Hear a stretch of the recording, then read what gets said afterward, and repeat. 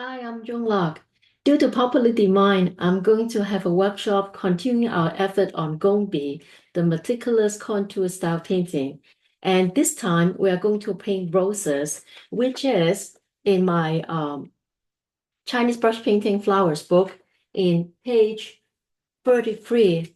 This is the one that we will work on together. But because of the limitation of the duration of the workshop, when I also want to cover the different layers of washes, so I have created a kind of like a simplified version of that.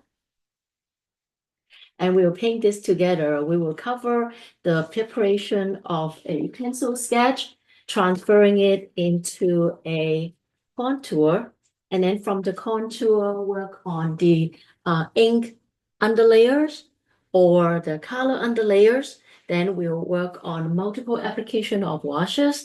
And at the end of the workshop, we'll cover all the steps of how to create a Gongbi painting of roses and leaves with different layers of washes, different gradations, and also how to use the separation of washes to build up the intensity of the painting. And it is a very good lessons on beginners Gongbi painting. So I would like to see you, hope to see you. Remember to have rice paper that are sized to come to the workshop. Thank you. Bye-bye.